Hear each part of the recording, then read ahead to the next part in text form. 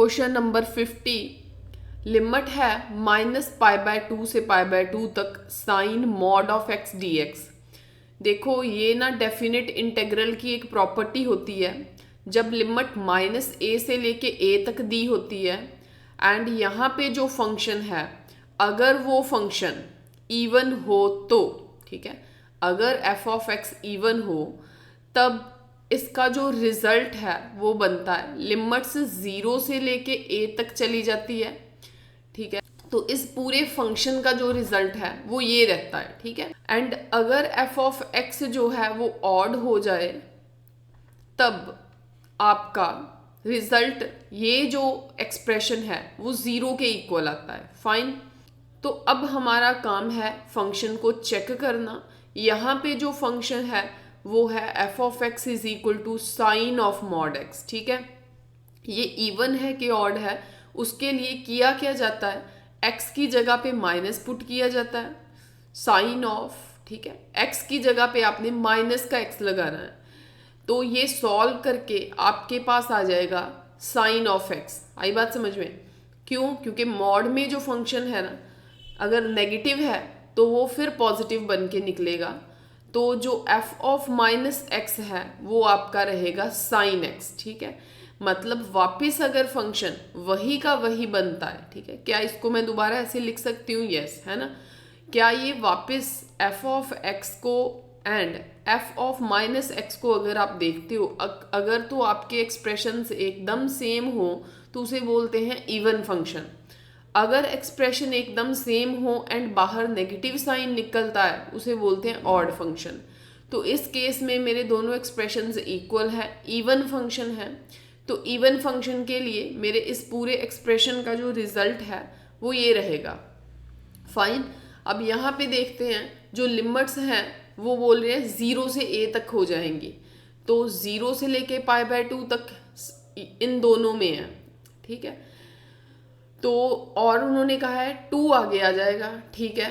2 इसमें भी है इसमें भी है, लेकिन यहाँ पे एग्जैक्ट वही चीज़ प्रॉपर फंक्शन को शो करना है तो यहाँ पे मॉड x पड़ा हुआ है, यहाँ पे मॉड x नहीं है। सो बी ऑप्शन जो है वो ज़्यादा एक्यूरेट है ए से। सो बी ऑप्शन के साथ जाएंगे हम। 51st क्वेश्चन में तो यहाँ पे बेसिकली क्या है, सॉल्व करने के बाद जो आपके पास रिजल्ट आना है ना वो ऑलमोस्ट इसको बहुत डायरेक्ट कर दिया जाता है जब यहाँ पे 0 हो, लोअर लिमिट 0 हो तब, वैसे नहीं, ठीक है। तो इसका रिजल्ट क्या है ना 5 4s are 20, ठीक है। तो इसका रिजल्ट 20 आएगा। 52nd क्वेश्चन कैसे करेंगे, the centre of gravity of uniform lamina bounded by coordinate axis and arc of x is equal to a cos theta है, y is equal to a sin theta है in the first quadrant, ठीक है। First quadrant बोल रहे हैं। वैसे एक बात देखो, ये जो x is equal to a cos theta and y is equal to a sin theta दिया हुआ है, बेसिकली ये सर्कल की इक्वेशन है, ठीक है। कैसे, मुझे कैसे पता चला, मैंने इसका स्क्वायर किया अपने माइंड में, ये हो गया x square is equal to a square cos square theta. इसका स्क्वायर करोगे that will be y square is equal to a square sine square theta. अब इनको ऐड कर दो, x square plus y square is equal to a square. ये circle की equation होती है जिसका रेडियस a है। तो बेसिकली ये एक सर्कल की इक्वेशन है जिसका सेंटर a है। उन्होंने इस सर्कल के फर्स्ट क्वाड्रेंट, इस सर्कल के 4 क्वाड्रेंट हैं, वो देखो कैसे, ये इसका हाफ हो गया, ठीक है। ये इसका इधर वाले पार्ट को, ठीक है, इधर सेंटर से ड्रॉ करती हुई मैंने यहाँ पे 2 लाइंस बना ली हैं। तो इस पोर्शन को लोगे तो ये फर्स्ट क्वाड्रेंट है। तो फर्स्ट जो क्वाड्रेंट है ना सिर्फ उसका आपको निकालना है सेंटर ऑफ ग्रेविटी, ठीक है। सेंटर ऑफ ग्रेविटी निकालनी है तो उसका रिजल्ट होता है 4a/3π, 4a/3π। क्वेश्चन नंबर 53 है, x की वैल्यू है r cos थीटा, y की वैल्यू है r sin थीटा, ठीक है। तो जैकोबियन फाइंड करना है, इसका जैकोबियन r आएगा, ठीक है। काफ़ी जनों ने पहले सॉल्व किया होगा। करना कैसे है, जैसे यहाँ पे लिखा है कर्ली ऑफ एक्स वाई है ऊपर, नीचे r थीटा है। तो इसको लिखने का तरीका होता है curly x upon curly r, ठीक है, curly x upon curly r करली वाई अपॉन करली आर, ठीक है, करली वाई अपॉन करली आर। मैंने क्या किया, ऊपर दो जने हैं ना एक्स एंड वाई, दोनों को विद रिस्पेक्ट टू आर कर दिया। अगली बार ये जो एक्स वाई हैं दोनों, उनको नीचे वाले कॉलम में विद रिस्पेक्ट टू थीटा कर देना, करली वाई बाय करली थीटा, ठीक है, curly x by curly theta and curly y by curly theta, ठीक है, ये कर देना। और आपको पार्शियल डेरिवेटिव तो आता ही होगा, ठीक है, वो वैल्यूज यहाँ पे सब्स्टिट्यूट करना, आंसर आ जाएगा। जैसे x को विद रिस्पेक्ट टू r करोगे तो उसका रिजल्ट रहेगा cos थीटा। नेक्स्ट है y को विद रिस्पेक्ट टू r करना है, उसका रिजल्ट रहेगा sin थीटा, ठीक है। तो नीचे यहाँ पे जो एलिमेंट्स आने हैं, x को विद रिस्पेक्ट टू जब थीटा करते हैं ना, तो वहाँ पे रहेगा माइनस का r sin थीटा। यहाँ पे जब इसको थीटा के रिस्पेक्टिव करोगे, ये रहेगा r cos theta.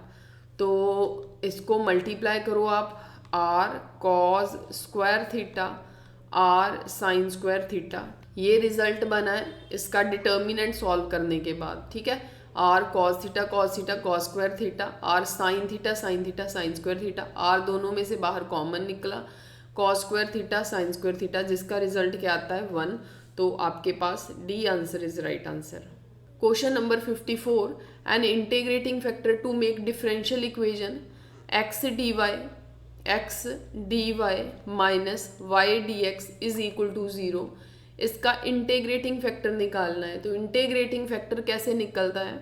Integrating factor basically होता क्या है, जो भी इक्वेशन एग्जैक्ट नहीं होती ना, उस इक्वेशन को मल्टीप्लाई किया जाता है एक फैक्टर के साथ ताकि वो एग्जैक्ट बन जाए। तो अब एग्जैक्ट का कैसे पता चलेगा कि ये एग्जैक्ट है कि नहीं है? उसके लिए इसको कंपैरिजन किया जाता है m d x plus n d y के साथ, ठीक है, इज इक्वल टू 0। यहाँ पे डी एक्स के साथ m है, यहाँ पे डी एक्स के साथ y है, तो m की वैल्यू जो है वो माइनस की y, n is equal to n के साथ dy है, यहाँ पे x के साथ dy है, n की वैल्यू है यहाँ पे x, ठीक है। यहाँ पे curly m by curly y result आ गया -1, यहाँ पे curly n by curly x result आ गया 1, ठीक है। ये दोनों वैल्यूज आपस में इक्वल नहीं है। Curly m by curly y is not equal to curly n by curly x। जब ये दोनों वैल्यूज इक्वल नहीं आती तब इक्वेशन एग्जैक्ट नहीं होती। अगर इक्वल आती तो ये जो डिफरेंशियल इक्वेशन होनी थी वो एग्जैक्ट होनी थी, ठीक है। अब यहाँ पे x d y minus y d x is equal to 0 है। जैसे आपके पास फर्स्ट फैक्टर के साथ मल्टीप्लाई करें पहले, जब आप -1 अपॉन एक्स स्क्वायर के साथ मल्टीप्लाई करोगे, -1 अपॉन एक्स स्क्वायर के साथ, यहाँ पे minus minus plus x square के साथ, यहाँ पे जब कैंसिल किया 1 upon x d y y upon x square d y, यही चीज़ बनती है। तो देख लेते हैं, ये है हमारा, यहाँ पे d x is equal to 0 है, तो एम डी एक्स ये m है, ठीक है, एन डी वाई ये n है, ये m है, ये n है। तो जब आपको m मिल गया ना, उसके बाद आप करली m बाय करली y निकाल दो। उसके लिए क्या करोगे, यहाँ पे लिखोगे माइनस, ठीक है, इसको कांस्टेंट रखोगे, y की डिफ्रेंसिएशन 1 है, ये करली m बाय करली y निकला। करली n बाय करली x निकालोगे ना जब आप, तब क्या करते हैं, ये जो माइनस है ना, यहाँ पे इसको ऐसे रखते हैं, तो 1 अपॉन एक्स की जो डिफ्रेंसिएशन है ना वो रहेगी -1 अपॉन एक्स स्क्वायर। माइनस के साथ माइनस कैंसिल हुआ, ये प्लस का 1 अपॉन एक्स स्क्वायर बन रहा है।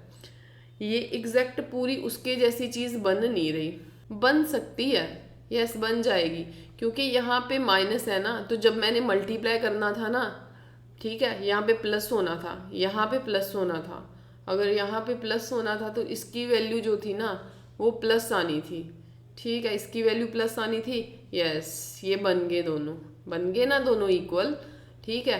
तो कहने का मतलब ये है आपका इंटीग्रेटिंग फैक्टर, क्योंकि वो वाला फैक्टर जिसको इक्वेशन के साथ मल्टीप्लाई किया करने के बाद वो इक्वेशन आपकी एग्जैक्ट बन गई। एग्जैक्ट की कंडीशन मैंने आपको बता दी कि curly m by curly y curly n by curly x equal होने चाहिए। एम को क्या होता है, डी एक्स के साथ वाला एम होता है, डी वाई के साथ वाला एन होता है। ठीक है जी, आप ऐसे बी सी डी भी चेक कर सकते हैं। Question number 55, equation is non age, भाई ये इक्वेशन बहुत फेमस है, क्लेरेट्स इक्वेशन है ये। ठीक है, इसको याद रखो ये इक्वेशन को। y है यहाँ पे y P x plus F of P, fine, f function है, p को यहाँ पे बीच में रखते हैं, f of p।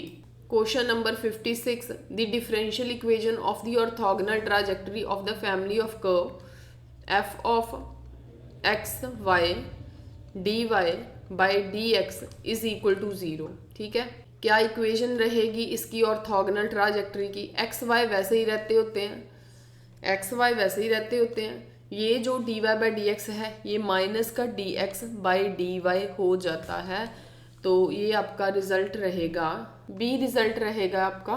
Question number 57, particular integral of the differential equation this, इस इक्वेशन का पर्टिकुलर इंटेग्रल क्या रहेगा? पर्टिकुलर इंटेग्रल के लिए बेसिकली करते क्या है, इसको पहले ऑक्सिलरी फॉर्म में लिखा जाता है, तो साथ में इकट्ठा ही सॉल्व कर लेती हूँ। तो ऐसे समझो कि यहाँ पे d है ना, small d differential second order differential coefficient, second order differential equation है ना ये, मतलब यहाँ पे d का स्क्वायर है, आप कैपिटल D डाल दो यहाँ पे 4 स्मॉल d प्लस 3। ठीक है, y इसका y इसका y इसका y, इसको बाहर कॉमन निकालना है। तो जो था ना D square D x square, that was basically capital D square, जो था ना D upon D x, that was basically D. ठीक है, तो यहाँ से y को आप बाहर कॉमन निकाल दिया आपने यहाँ पे, फाइन, वो नहीं लेते होते यहाँ पे सॉल्व करने के लिए। तो ये जो राइट हैंड साइड पे है ना उसको लेते हैं ई रेज्ड पावर माइनस 3x। ठीक है, फिर जहाँ जहाँ पे d होता है ना वहाँ वहाँ पे पुट करते हैं यहाँ पे x का जो कॉफिशेंट है उसे।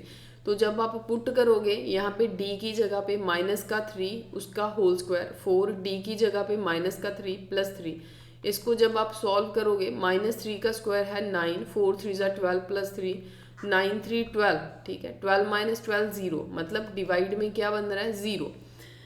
जब भी ऐसा केस आ जाए कि डिवाइड में 0 बनता हो उसे बोलते हैं कि रूल जो है वो फेल हो गया।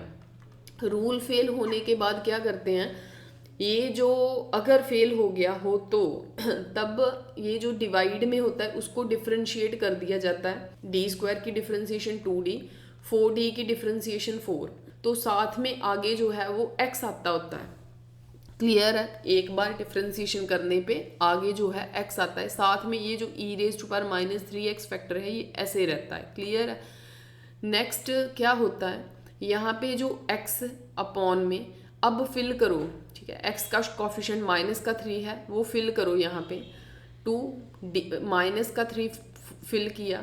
ठीक है, x अपॉन में माइनस का 6 प्लस का 4 क्या बन रहा है डिवाइड में माइनस का 2, साथ में ये फैक्टर आना है, ये वाला फैक्टर यहाँ पे e raise to power minus 3x e raise to power minus 3x। ठीक है, तो अगर मैं यहाँ पे 4 ऑप्शन में से देखूँ तो मुझे सी ऑप्शन लग रही है, right. Yes, question number 58, by means of transformation z is equal to log x the equation this becomes। देखो z की जो वैल्यू है ना वो log x दी हुई है इन्होंने, तो आपको ट्रांसफॉर्मेशन करनी है। तो जब भी आपको ऐसा केस दिया होगा, ठीक है, इसकी ट्रांसफॉर्मेशन बेसिकली होती कैसे है, जो आपका एक्स डी होगा पहले अगर आप इसको चेंज करते हो ना ऑक्सिलरी इक्वेशन में, ये बनता है x 2x square d square plus 2।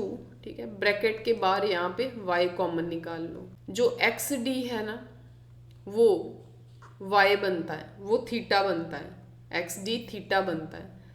ठीक है, एक्स स्क्वायर डी स्क्वायर जो है ना वो थीटा थीटा -1 बनता है। X cube theta D cube जो है ना वो थीटा थीटा -1 थीटा -2 बनता है। ठीक है, यहाँ पे एक्स क्यूब डी क्यूब की जगह पे क्या आना है theta theta -1 theta -2 plus 2, x square d square की जगह पे क्या आना है थीटा थीटा -1 तो इसको आप सॉल्व करो, विच इज इक्वल टू, आई बात समझ में? क्या किया मैंने, पहले इसको मैंने ऑक्सिलरी इक्वेशन में कन्वर्ट कर दिया। जब आपको ऐसा केस दिया होगा तब आपने एक्स डी को theta, x square d square को theta theta minus, x cube d cube को theta theta minus 1 theta minus 2 put करना होता है।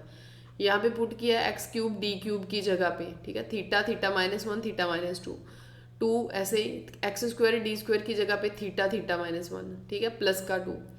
तो राइट हैंड साइड पे क्या लिखना है, 10। ये जो x है ये बेसिकली क्या है आपको पता है? जब आप यहाँ से इस साइड से log हटाते हो ना तो e raise to power z बनता है, ठीक है, x की वैल्यू यहाँ पे e raise to power z लिखो, यहाँ पे e raise to power minus z लिखो। अब इसको सॉल्व करना है। देखो राइट हैंड साइड तो तकरीबन 4 की 4 ही सेम है, बन रही है। लेफ्ट हैंड साइड बनाने के लिए आपको इसको सॉल्व करना होता है यहाँ पे। तो इसको सॉल्व करते हैं। ये जो बाहर थीटा है, अंदर थीटा माइनस 1 के साथ जब आप मल्टीप्लाई करते हो ये थीटा स्क्वायर माइनस थीटा है, तो यहाँ पे थीटा माइनस 2 है, यहाँ पे 2 थीटा को अंदर मल्टीप्लाई करते हो 2 theta square minus 2 theta plus 2, ठीक है। ये चीज़ राइट हैंड साइड वाली सेम रखो अभी आप। यहाँ पे जो थीटा स्क्वायर है थीटा के साथ मल्टीप्लाई किया थीटा क्यूब, थीटा स्क्वायर को 2 के साथ मल्टीप्लाई किया minus 2 theta square minus theta plus का थीटा, ये बन गया minus theta square minus minus plus का 2 theta plus 2 theta square minus 2 theta plus 2, ठीक है। ये राइट हैंड साइड सेम, यहाँ पे 2 थीटा कैंसिल है तो बन क्या रहा है थीटा क्यूब। तो ये फैक्टर के साथ ये फैक्टर कैंसिल हो रहा है, theta cube minus theta square plus 2 is equal to right hand side same. तो ये मेरा रिजल्ट बन रहा है, बी रिजल्ट बनेगा ये, है ना। और जब आप इसको डी में कन्वर्ट करोगे, ठीक है, यहाँ पे थीटा का क्यूब है मतलब D cube, minus theta square है मतलब डी स्क्वायर, प्लस का 2 है, ठीक है जी। तो ये फिर वही इक्वेशन बन रही है 10 राइट हैंड साइड सेम, ठीक है जी। So B answer is right answer. 59th question करने के लिए आप एक प्रॉपर्टी है बेसल फंक्शन में, वो हो J of minus n x is equal to minus 1 raise to power n J n x, ठीक है। तो n की जगह पे क्या पुट करोगे 2, जब आप n की जगह पे 2 पुट करोगे, ठीक है, this is equal to minus 1, n की जगह पे 2 पुट करोगे, यहाँ पे 2 पुट करोगे j माइनस 2x, ठीक है, माइनस 1 का स्क्वायर क्या है 1 बनता है, ठीक है, j 2x, j of minus 2x ये प्लस का है, इस साइड आके माइनस का हो गया इज इक्वल टू 0। ये पूरे फैक्टर का रिजल्ट कितना हो रहा है, ये पूरे फैक्टर का रिजल्ट जो है वो 0 के इक्वल हो रहा है। कहने का मतलब अगर आप इसकी इंटीग्रेशन भी करते हो ना 0 से पाए तक, तो वो क्या रहनी है, वो 0 ही रहनी है, ठीक है। So C option is right option. Question number 60th, if minus 1 से 1 P n d x is equal to 2 then n की वैल्यू क्या होती है 0 होती है। D raise to power n d x raise to power n x square minus 1 raise to power n, ठीक है।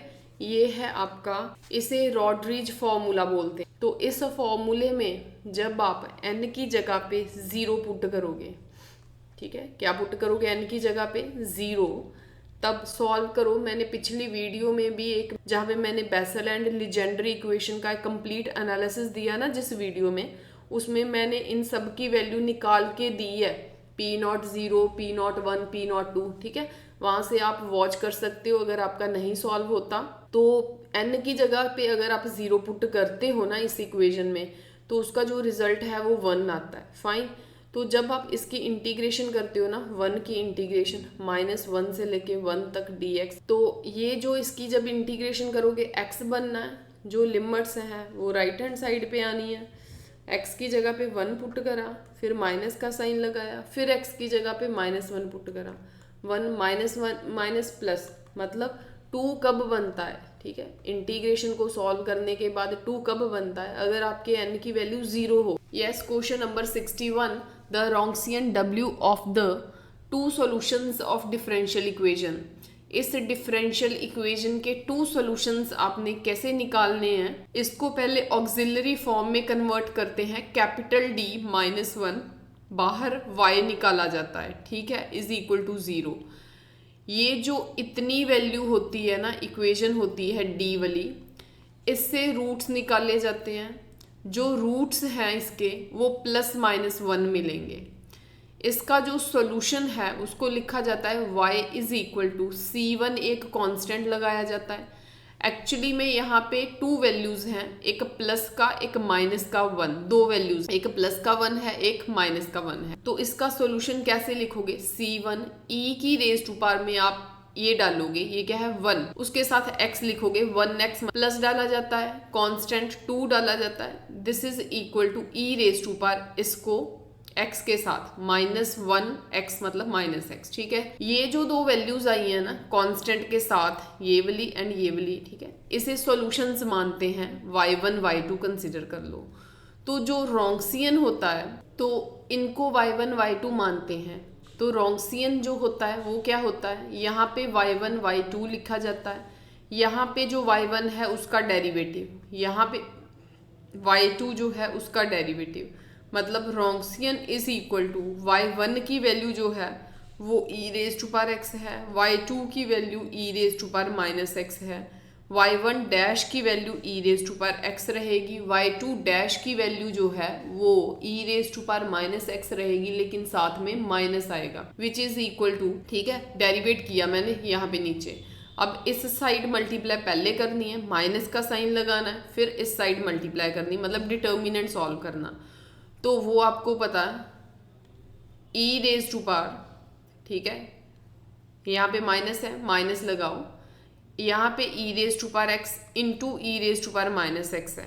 इस साइड डॉटेड वाली साइड अगर आप करोगे e raise to power x इंटू e raise to power -x, देखो base same है तो जब आप पावर्स ऐड करोगे तो 0 बनेगा, यहाँ पे भी 0, -1 यहाँ पे माइनस का 2 आ रहा है, मतलब जो आपका रिजल्ट है वो B आएगा, ठीक है। तो रॉन्सियन मतलब -2 रहेगा। क्वेश्चन नंबर 62 है, A की वैल्यू दी है, B की वैल्यू दी है, यूनिट वेक्टर निकालना है, AB वेक्टर, ठीक है।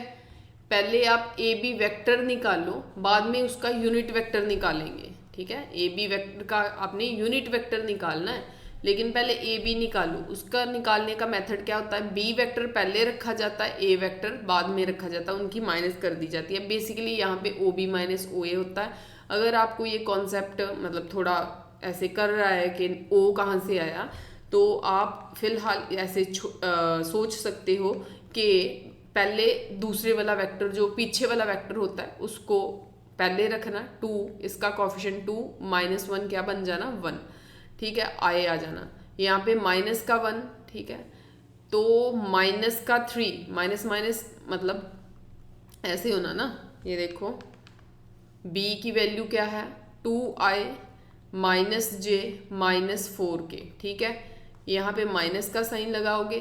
A की वैल्यू क्या है, that is i -3j -2k, तो i में से i जब माइनस करोगे 2i -i क्या हो गया i -j यहाँ पे, ठीक है, प्लस का 3 यहाँ पे हो जाना 2j, तो माइनस का 4 प्लस का 2, बेसिकली यहाँ पे बन रहा है माइनस का 2k। नेक्स्ट क्या होता है, ये AB वेक्टर आया भाई, जब इसका आपने यूनिट वेक्टर निकालना है AB का, ठीक है, ऐसे लिख लो, नहीं तो ऐसे लिख लो, यूनिट वेक्टर ऑफ AB, ऐसे लिख लो, ठीक है, जैसे उन्होंने लिखा। उसके लिए क्या होता है, इस वेक्टर को ऐसे के ऐसे ऊपर लिख दिया जाता, i cap 2j cap -2k cap, divide में अंडर रूट में इनके कॉफिशेंट्स का स्क्वायर, i के आगे क्या है 1 उसका स्क्वायर, j के आगे 2 है उसका स्क्वायर, k के आगे -2 उसका square, which is equal to i + 2j -2k, तो नीचे अंडर रूट में 1 + 4 + 4 मतलब 3 आ रहा है, तो ये आपका आंसर, ये 1/3 है ना, तो ये आपका डी आंसर रहेगा। क्वेश्चन नंबर 63 है, theta is the angle between 2 unit vector A vector and B vector, then sine theta किसके इक्वल होगा। ए वेक्टर यूनिट वेक्टर है, इसका मतलब ए मैग्नीट्यूड 1, बी मैग्नीट्यूड, तो जो बी वेक्टर है वो भी यूनिट वेक्टर है। तो साइन थीटा की वैल्यू पूछ रहे हैं। देखो साइन जो है वो क्रॉस प्रोडक्ट में आता है, जहाँ बी आंसर रहेगा जहाँ सी, ठीक है। ए भी नहीं है, डी भी नहीं है।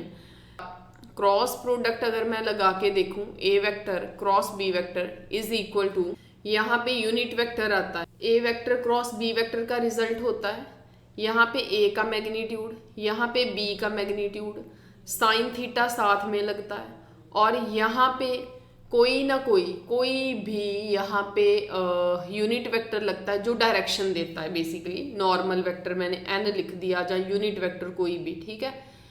तो एक्चुअली में ना इन दोनों की वैल्यू तो 1 है, ये 1 हो गए, इनको छोड़ दो। तो आपका जो रिजल्ट है वो A vector cross B vector is equal to sine theta n cap के इक्वल आ रहा है। एन कैप का मतलब यहाँ पे ये है कि ये अभी भी आपको एक डायरेक्शन में एक वेक्टर रिजल्ट मिलेगा जब आप इसको सॉल्व करते हो, लेकिन आपको value sine theta into n cap की नहीं निकालनी, आपको वैल्यू सिर्फ साइन थीटा की निकालनी है। उसके लिए हम इसका मॉडुलस लेते हैं, A vector cross B vector का मॉडुलस लिया जाता है, विच इज इक्वल टू, यहाँ पे इस साइड भी मॉडुलस डाला जाता है। क्लियर है? तो जब आप मॉडुलस डालोगे तो ये खत्म हो जाता है, 1 हो जाता है, मतलब जो साइन थीटा है बेसिकली वो A vector cross B vector के मॉडुलस के इक्वल आता है। काफ़ी बार कंफ्यूजन रहती है कि कई जने सोचते हैं A vector cross B vector is equal to A B sine theta, तो ये तो 1 है तो आ रहा है आंसर, लेकिन असल में बात ये होती है कि यहाँ पे वेक्टर फॉर्म में एक यूनिट वेक्टर साथ में मल्टीप्लाई होता है, उसको ख़त्म करने के लिए हमें उसका मॉडुलस लेना पड़ता है A vector cross B vector का। इस बात को समझ लो, ठीक है। फोर्थ क्वेश्चन है, A vector and B vector के पोजीशन वेक्टर दिए हुए हैं ए एंड बी। यहाँ पे आपको A vector and B vector के position vector small a and small b दिए हैं। कहता P डिवाइड्स ए बी, ये जो ए बी लाइन है ना इसको P डिवाइड करता है इन द रेशो 3:1, ठीक है। 3:1 में मतलब यहाँ पे इतना हिस्सा 3, यहाँ पे 1, ये 3:1 है, ठीक है।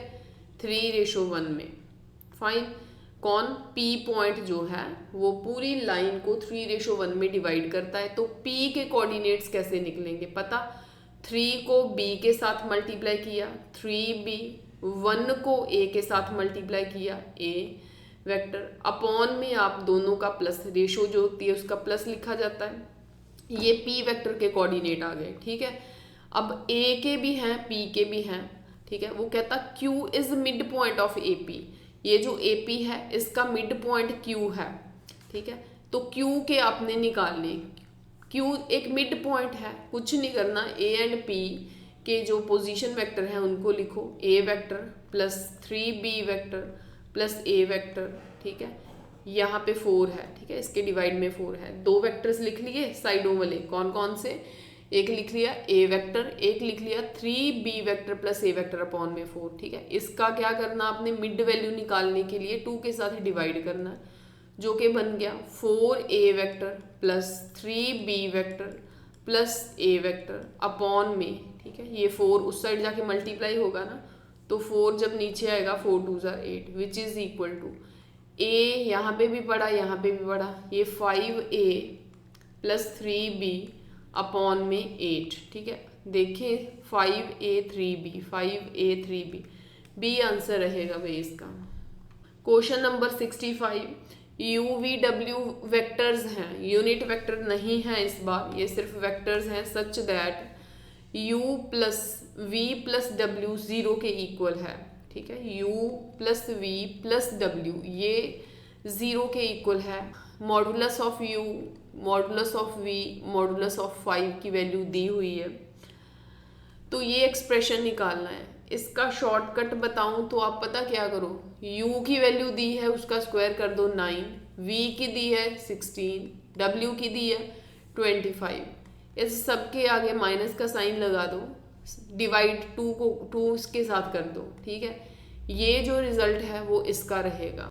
आप करके देखो, माइनस का 50 बन रहा है ऊपर, माइनस का 50 अपॉन में 2, तो ये बन गया माइनस का 25, बी आंसर। ठीक है, ये मैंने आपको शॉर्टकट मेथड बताया है, आप इसको सब्जेक्टिव वे से भी कर सकते हो। If A vector, B vector and C vector are unit coplanar vectors, ये यूनिट कोप्लेनर वेक्टर्स हैं। जब यूनिट कोप्लेनर वेक्टर्स हैं तो जब आपको ऐसी कंडीशन दी होगी तो ये जो रिजल्ट है इसका आंसर डायरेक्ट 0 आएगा, कुछ भी सॉल्व करने की ज़रूरत नहीं है, क्योंकि कोप्लेनर वेक्टर्स जो होते हैं उसके लिए ए vector, B vector, C vector का जब ऐसे लिखा जाता है इसका मतलब उसका डिटर्मिनेंट निकालना होता है, वो 0 के इक्वल होना चाहिए। तो अगर ए बी सी कोप्लेनर है तो ये जो है, ठीक है, this thing, this and this, ये भी क्या होगी, कोप्लेनर होगी, तो इसके लिए इसका रिजल्ट 0 रहेगा। क्वेश्चन नंबर 67 है, A vector, B vector are unit vectors. ठीक है, ये यूनिट वेक्टर्स दिए हुए हैं आपको। Question number 67, A vector, B vector unit vectors हैं, इसका मतलब ए वेक्टर की वैल्यू के मैग्नीट्यूड की वैल्यू एंड बी वेक्टर के मैग्नीट्यूड की वैल्यू 1 है। तो थीटा उनमें एक्यूट एंगल है, वो A vector minus B vector का मैग्नीट्यूड मॉडुलस ये पूछ रहे हैं। तो इसमें जब भी हमें ऐसा कुछ फाइंड करने को दिया होगा ना, स्क्वायर लगा दो चुपचाप। ठीक है, तो आपको पता कि जब भी किसी भी वेक्टर के ऊपर स्क्वायर है तो वो नॉर्मली बिहेव करता है, तो आप नॉर्मली उस पर स्क्वायर का फॉर्मूला लगाओगे। तो यहाँ पे ए वेक्टर का स्क्वायर प्लस बी वेक्टर का square minus 2a vector dot B vector. ठीक है, तो आपको पता जब डॉट प्रोडक्ट हटती है तो ए बी कॉस थीटा आ जाता है, यहाँ पे वेक्टर हट के उनका मैग्नीट्यूड आ जाता है। मैं कुछ स्टेप डायरेक्ट कर रही हूँ। अब इस चीज को अगर मैंने मॉडुलस को कन्वर्ट करके यहाँ पे नॉर्मल कंडीशन में कन्वर्ट किया है तो यहाँ पे नॉर्मल को मैं मॉडुलस में लिख सकती हूँ, है ना। तो इसको भी मैं मतलब स्क्वायर को हम ऐसे लिख सकते हैं मीन टू से। ठीक है, यहाँ पे ए वेक्टर, बी वेक्टर का मैग्नीट्यूड है, साथ में कॉस थीटा है। वैल्यूज पुट करो, जब ए का मॉडुलस है यहाँ पे 1 का स्क्वायर 1 रहना है, बी का स्क्वायर 1 रहना है, -2 ए की वैल्यू जो है वो 1, ठीक है, बी की वैल्यू भी 1, cos of theta which is equal to 1 + 1 2 -2 cos theta. ठीक है, दोनों में से जब आप 2 बाहर कॉमन निकालोगे 1 माइनस कॉस थीटा, ये रिजल्ट आया ए वेक्टर माइनस बी वेक्टर के स्क्वायर का। ए वेक्टर माइनस बी वेक्टर का जो स्क्वायर है उस साइड जाके अंडरूट हो गया, 2 के ऊपर अंडरूट, और यहाँ पे 1 माइनस कॉस थीटा के ऊपर जाके। इतनी बात क्लियर है। अब देखो ये स्टेप मैं इधर कर रही हूँ, जो √2 है वो वैसे का वैसे ही यहाँ पे रहेगा, एक और √2 आएगा बाहर, तो अंदर रूट में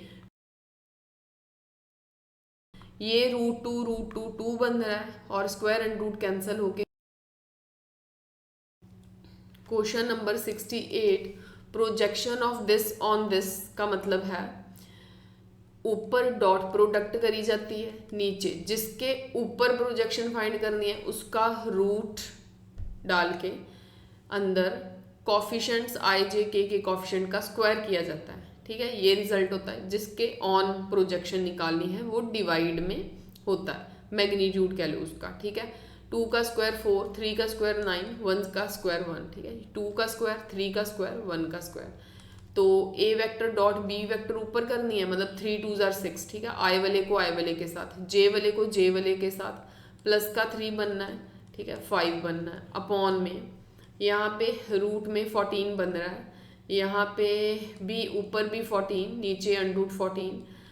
नीचे वाला अंडरूट हटाने के लिए ऊपर नीचे आप √14 के साथ जब मल्टीप्लाई करोगे, 14 √14 डिवाइड में √14 क्या बन रहा है, 14 के साथ 14 कैंसिल, तो ये आपका ए आंसर रहेगा। सॉल्यूशन सेट ऑफ दिस, ठीक है, इस चीज का सॉल्यूशन सेट निकालना है, 6 + x - x² > 0। सॉल्यूशन सेट निकालने के लिए आप इसको पहले पॉजिटिव करो, पॉजिटिव करने के लिए आप इस सारे को नेगेटिव साइन दो, माइनस का 6 माइनस का x प्लस का एक्स स्क्वायर, इस सारे को नेगेटिव का साइन दोगे तो ये जो साइन है वो इस साइड हो जाएगा। ठीक है, ये चीज़ आप सबको पता होगी कब कि माइनस के साथ मल्टीप्लाई करने पे दोनों साइड पे जो इनइक्वालिटी है वो चेंज हो जाती है। तो ये जो इक्वेशन है ये आपके पास बनी एक्स स्क्वायर माइनस का एक्स माइनस 6 लेस देन 0। इसके जब आप रूट्स बनाओगे, ये रूट्स बन रहे हैं इसकी जो वैल्यूज़ हैं वो x minus 3 x plus 2y, ठीक है, लेस देन 0। इसको बेसिकली मैं कैसे करूँगी, इसको मैं एक नंबर लाइन बना के उसके ऊपर यहाँ पे 0 कंसिडर कर लो। -2 किस साइड होगा, इस साइड, क्योंकि यहाँ से एक वैल्यू माइनस की 2 आ रही है, एक की वैल्यू +3 आ रही है, तो प्लस का 3 यहाँ पे लिखूंगी। ये जो दो वैल्यूज़ आ रही हैं यहाँ पे, उनको नंबर लाइन पे लिखने के बाद आप एक कर्व बनाओगे। ठीक है, आपको ये जो एक्सप्रेशन था वो लेस देन 0 चाहिए था। ठीक है, अगर लेस देन 0 चाहिए तो यहाँ पे जो ऊपर लाइन के ऊपर वैल्यूज़ होती हैं वो प्लस वाली होती हैं, पॉजिटिव होती हैं। अगर लेस देन 0 वाली चाहिए नेगेटिव, तो वो नीचे वाली होती है। मतलब -2 से लेके 3 तक का जो है पोर्शन वो नेगेटिव वाली साइड आ रहा है, तो -2 से लेके 3 तक बी आंसर दे रहा है आपको। ठीक है, तो इसका सॉल्यूशन रहेगा बी। क्वेश्चन नंबर 70 है, इसका सॉल्यूशन सेट निकालना है और कोई मेथड नहीं है। इसका एलसीएम लो, 3 उस साइड गया, 3 2 ज़ार 6 -3 3 ज़ार 9x 5 5x। अगर आप राइट साइड पे पड़े हुए नंबर्स को, सारे के सारे नंबर्स को लेफ्ट साइड पे लेके आते हो तो उस साइड 0 बचता है। ये 5x, ये 9x। ठीक है, 9 - 5 क्या आना, 4, 6 - 5 1। ठीक है, इसको सॉल्व करो, ये बनेगा आपका 6 - 5 1 -4x लेस देन 0, तो -4x लेस देन -1। फिर माइनस हटाना है अगर आपने, तो इनइक्वालिटी चेंज होनी है, x की वैल्यू ग्रेटर देन 1/4 आनी है। मतलब x जो है वो बड़ा है 1/4 से। बड़ा कितना होगा, कितना बड़ा होगा, इन्फिनिटी तक जा सकता है। इस साइड इन्फिनिटी आ जाएगा, तो इस साइड भी ओपन ब्रैकेट ही रहेगी, लेकिन 1/4 रहेगा, 1/4 इन्फिनिटी। ठीक है, तो यहाँ पे इसका बी आंसर रहेगा।